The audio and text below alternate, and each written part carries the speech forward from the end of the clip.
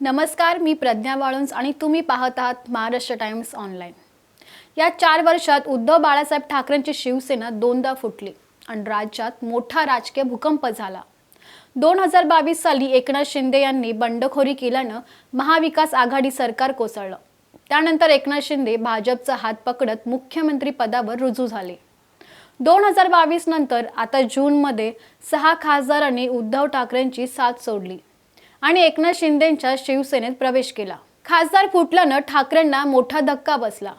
फुटलेल्या 6 खासदारांना ठाकरे गटाकडून आणि जनतेकडूनही मोठ्या टीकेला सामोरं जावं लागलं।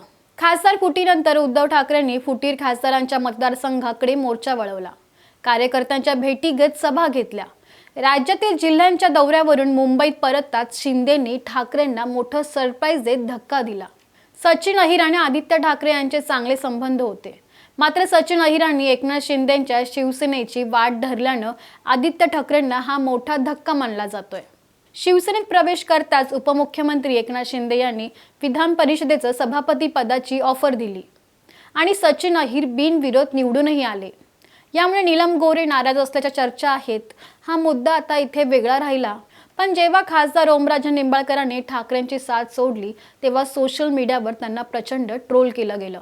गद्दारीवर ओमराजे निंबाळकरांनी अनेक वक्तव्य केली। त्यांच्याच वक्तव्याची उदाहरणं देत नागरिकांनी त्यांचेच व्हिडिओ पोस्ट केले, त्यांच्यावर सडकून टीका केली, अगदी शिव्यांची लाखोली वाहिली।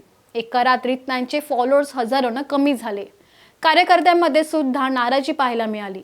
नेटिझन्सनं तर पुरतं तोंडसुख घेतलं। मात्र आता ओमराजे निंबाळकरांनंतर सचिन अहिर यांना सोशल मीडियावर प्रचंड ट्रोल केलं जात आहे।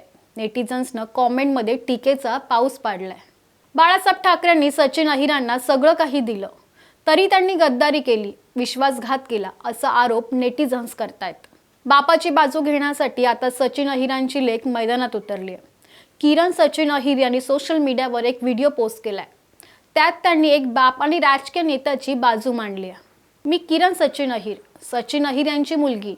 माझे वडील सचिन अहिर यांनी ठाकरेंची साथ सोडल्यानंतर सोशल मीडियावर त्यांना ट्रोल केलं जात आहे। वेगवेगळे आरोप केले जात आहेत। माझ्या वडिलांनी ठाकरेंची साथ सोडली म्हणून त्यांच्यावर टीका केली जाते, तिरस्कार केला जातोय असं म्हणत किरण अहिर यांनी यावर आपलं स्पष्ट मत मांडलंय। आज मी कोणाशीही वाद घालण्यासाठी किंवा कोणाविरोधात बोलण्यासाठी इथे आलेली नाहीये। मी एक मुलगी म्हणून तुमच्याशी बोलायला आले आहे। आज मी अशा माणसाविषयी बोलणार आहे ज्यांना मी लहानपणापासून बघत आली आहे। सोशल मीडियावर सातत्यानं एकच प्रश्न विचारला जातोय, बाळासाहेब ठाकरे आणि शिवसेना पक्षानं सचिन अहिरांना सगळं काही दिलं, मग साथ का सोडली? तुमचं अगदी बरोबर आहे, पक्षानं सगळं काही दिलं हे मला मान्य आहे, मला या गोष्टीचा आदरही आहे। मात्र कुणावरही आरोप करण्याआधी त्या व्यक्तीची बाजू समजून घेणं तितकंच महत्त्वाचं आहे। मला तुम्हाला एक प्रश्न विचारायचा आहे, जर माझे वडील पक्षानं दिलेल्या जबाबदाऱ्यांसाठी पात्र नसते, त्यांनी प्रामाणिकपणे निष्ठेनं काम केलं नसतं, तर पक्षानं त्यांना एवढ्या मोठ्या जबाबदाऱ्या दिल्या असत्या का? पदं ही कुणावरही उपकार म्हणून दिली जात नाहीत। कठोर मेहनत, नेतृत्व करण्याची ताकद, क्षमता आणि विश्वासाच्या जोरावर दिली जातात। प्रत्येक नातं हे दोन्ही बाजूने टिकत असतं। जसा पक्षाने माझ्या वडिलांवर विश्वास ठेवला, तसंच वडिलांनीही त्यांच्यावर सोपवण्यात आलेली जबाबदारी आणि कामं अगदी निष्ठेनं प्रामाणिकपणे पार पाडली। कोणत्याही व्यक्तीच्या राजकीय निर्णयाबद्दल मत मांडण्यापूर्वी निर्णय घेणाऱ्या व्यक्तीचा संपूर्ण प्रवास जाणून घेणं महत्त्वाचं आहे। आता मुख्य प्रश्नाकडे वळूया। सचिन अहिरांनी ठाकरेंची साथ का सोडली?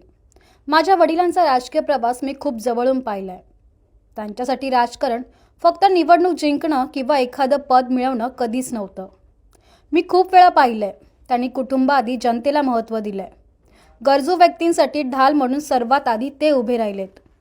प्रत्येक अडलेला नडलेला व्यक्ती दिवस रात्र न बघता घरी येतात, कारण त्यांना विश्वास आहे की सचिन अहिर आमची मदत नक्की करणार। त्यांनी विद्यार्थ्यांपासून ते ज्येष्ठांपर्यंत सर्वांची सर्वोपरी मदत केली आहे।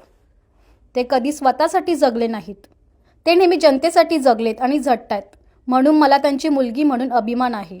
पक्षाची साथ सोडल्यानंतर कधी काळी खास असलेले सचिन अहिर यांच्यावर आदित्य ठाकरेंनी सुद्धा टीका केली आहे। आम्ही त्यांना सगळं काही दिलं, ते स्वतः आमदार आहेत। त्यांच्या मुलीला NGO कोट्यातून प्रभाग समिती दिली, भावाला आम्ही बेस्टची समिती दिली, भारतीय कामगार सेनेत पद दिलं, बेस्ट युनियनचं अध्यक्षपद दिलं। आता अजून काय हवं? असा सवाल आदित्य ठाकरे यांनी केलाय. गेल्या 4 वर्षात उद्धव ठाकरे यांना एकामागून एक राजकीय धक्के बसलेत. आधी आमदार, नंतर खासदार आणि आता निकटवर्तीय नेतेही साथ सोडतायत.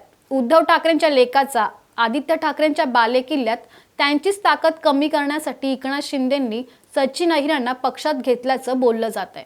अशा चर्चा आहेत. आदित्य ठाकरेंच्या वरळी मतदारसंघात सचिन अहिरच त्यांना टक्कर देणार का, हे पाहणं उत्सुकतेचं असेल. तुम्हाला आमचा व्हिडिओ कसा वाटला कॉमेंट बॉक्समधून नक्की कळवा. जाता आता एक आठवण, तुम्ही आमच्या महाराष्ट्र टाइम्सच्या यूट्यूब चॅनलला सबस्क्राईब केलं नसेल तर जरूर करा आणि फेसबुक पेजलाही फॉलो करायला विसरू नका.